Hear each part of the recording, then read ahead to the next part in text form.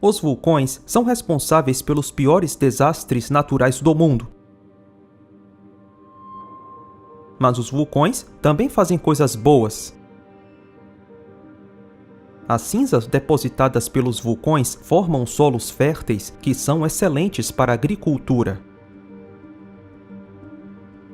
Algumas das montanhas mais bonitas do mundo são vulcões. Um exemplo notável é o Monte Fuji, no Japão. Nesse momento, dezenas de vulcões estão em erupção em todo o mundo. A maior parte deles concentrados nas fronteiras entre as placas da crosta terrestre. A placa do Pacífico tem tantos vulcões ao redor que é chamada de Anel de Fogo. Como essas formações geológicas incríveis podem ter surgido rapidamente? Nós podemos ter uma ideia olhando para catástrofes recentes.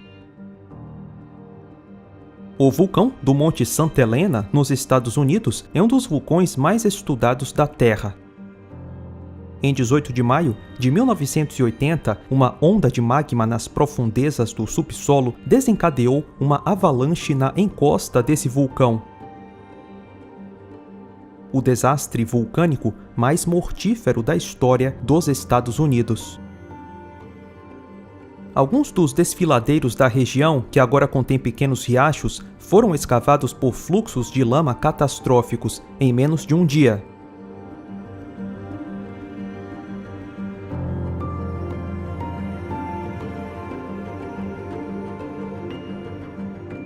A partir de relatos de testemunhas oculares, fotografias e equipamentos de monitoramento, sabe-se que todo esse depósito se formou em apenas 3 horas. A grande surpresa foi que o sedimento foi depositado em finas camadas. Pensava-se que essas camadas finas se acumulavam muito lentamente, uma sobre a outra, ao longo de milhões de anos. Mas o Monte Santa Helena mostrou que longos períodos de tempo não foram necessários para a formação dessas camadas.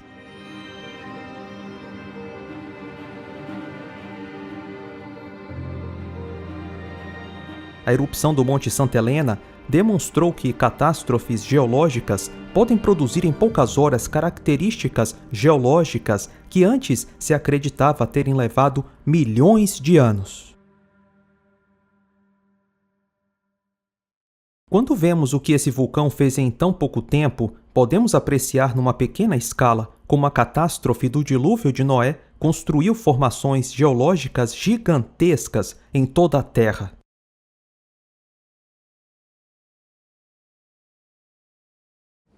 No dia 18 de maio de 1980, um gigantesco desabamento de terra na face norte do Monte Santa Helena, no estado de Washington, foi acompanhado de uma explosão equivalente a 20 milhões de toneladas de TNT.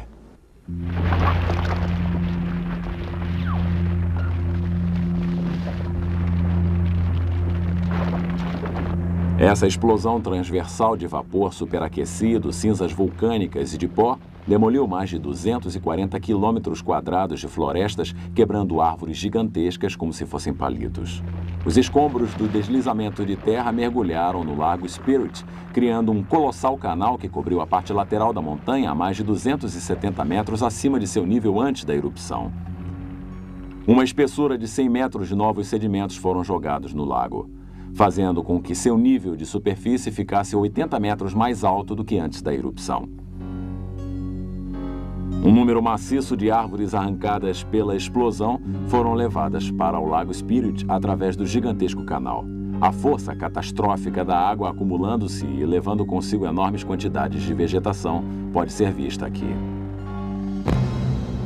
Os troncos que flutuam no Lago Spirit representam apenas a metade de seu volume original, porque a outra metade submergiu para o fundo.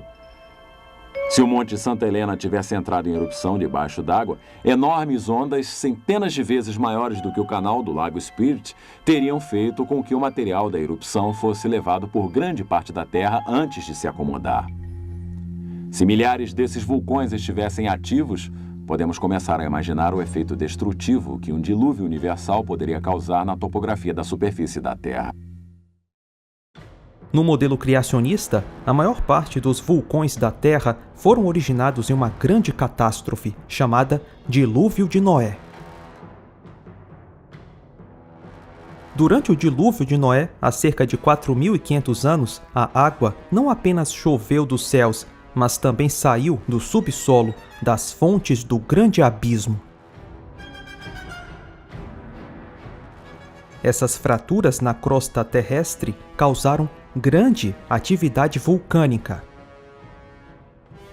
A atividade vulcânica na Terra tem diminuído gradualmente desde o fim da catástrofe do dilúvio, quando as erupções eram muito maiores.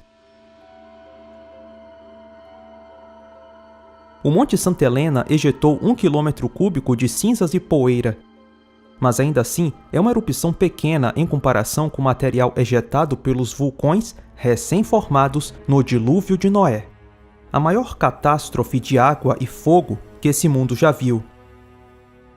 Um dado curioso é que a datação radiométrica das rochas formadas pela erupção do Monte Santa Helena forneceu idades de milhões de anos. Milhões de anos? Essas rochas sequer têm 100 anos. A datação radiométrica não é lá um método muito confiável. O Observatório de Vulcões Havaiano publicou um relatório sobre o fluxo de lava mais jovem no leste do Maui. Esse relatório destaca a contradição entre os relatos das testemunhas oculares e a datação por carbono 14. Pessoas questionadas em 1841 sobre a idade desse fluxo de lava afirmaram que seus avós presenciaram a erupção. Então, por conta dos relatos das pessoas, esse fluxo de lava foi estimado ter acontecido no ano 1790. No entanto, as idades de radiocarbono a partir do carvão sob os fluxos na Baía de Leperus deram idades centenas de anos mais antigas. Você confiaria na datação por carbono 14 ou no relato das pessoas que viram a erupção? A resposta é óbvia.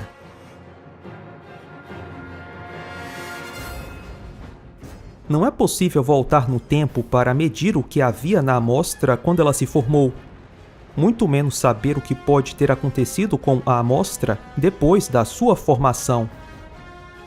Os métodos de datação radiométrica são baseados em suposições. Para citar duas dessas suposições, a suposição da concentração inicial dos elementos e a suposição da constância do decaimento ao longo de supostos milhões de anos. Se essas audaciosas suposições estão erradas, a datação vai entregar resultados fora da realidade, como já entregou várias vezes. A erupção do Monte Santa Helena também demonstrou como os desfiladeiros podem ser formados muito rapidamente. As erupções contínuas erodiram os sedimentos espessos despejados na base do vulcão, produzindo vários canais e desfiladeiros. Um desses canais foi apelidado de Pequeno Grand Canyon. Alguém que atravessasse esse desfiladeiro poderia achar que ele foi erodido de modo lento e gradual ao longo de centenas ou milhares de anos. Mas sabemos que não foi. A formação deste cânion é documentada. Ele foi esculpido por um fluxo de lama causado depois de uma erupção do Monte Santa Helena. A força da lama cortou a rocha sólida e formou o cânion rapidamente. Os cânions desse tipo são ditos terem sido formados por erosão ao longo de milhares de anos. No entanto, os fluxos de lama do Monte Santa Helena erodiram este cânion em poucos meses. Não foram necessários milhares de anos.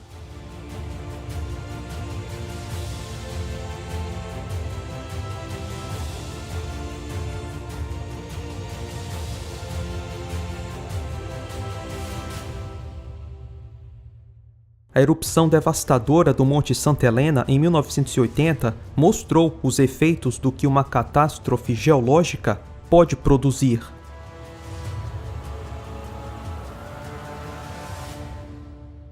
Características que os geólogos tradicionalmente pensavam que necessitavam de longos períodos de tempo para se formarem aconteceram muito rapidamente, em horas, dias e semanas. O catastrofismo do dilúvio de Noé formou as principais características geológicas da Terra em pouquíssimo tempo.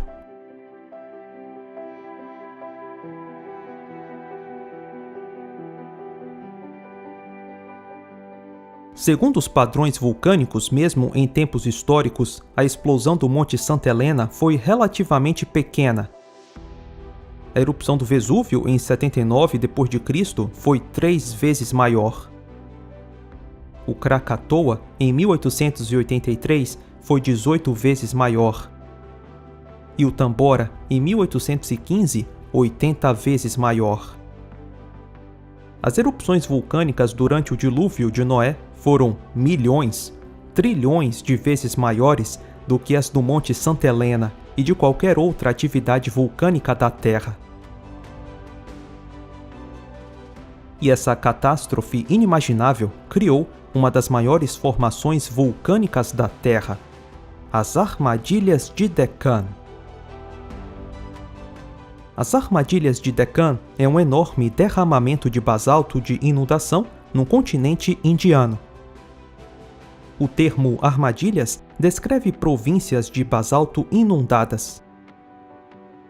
Esse termo deriva da palavra sueca trappa, que significa escadas. É uma referência à morfologia de basaltos empilhados quando sofrem erosão. Nós vivemos na crosta sólida da Terra, mas abaixo de nós, no manto da Terra, uma terra derretida se agita. A crosta sólida flutua em correntes de magma que se movem lentamente e que puxam e empurram as placas tectônicas ao redor da superfície da Terra.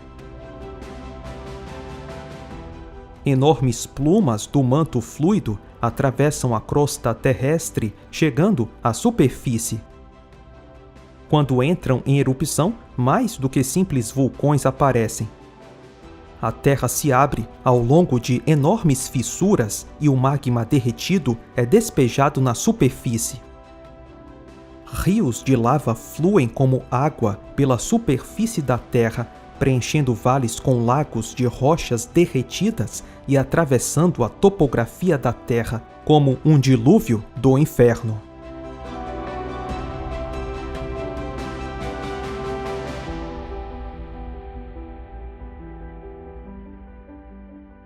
Os fluxos individuais viajam centenas de quilômetros antes de se transformarem em rocha sólida. Esses derramamentos produzem inundações de basaltos, assim como vemos nas Armadilhas de Deccan. Para os cientistas da Terra Antiga, a localização das inundações de basaltos continentais é explicada pela teoria da tectônica de placas, lenta e gradual. Mas para os cientistas da Terra Jovem, uma taxa lenta e gradual do fluxo do manto e dos movimentos das placas não pode explicar volumes tão grandes de lavas basálticas. Os fluxos de lava nas Armadilhas de Deccan foram se sobrepondo gradualmente ao longo de milhões de anos? Não parece provável. Estudos de campo nas trapas de Deccan revelam uma variedade de evidências que apontam para rápido resfriamento e rápida sucessão de fluxos de lava. Algo catastrófico aconteceu na Terra e numa escala mundial. A Bíblia identifica esse evento catastrófico como um dilúvio que destruiu a Terra.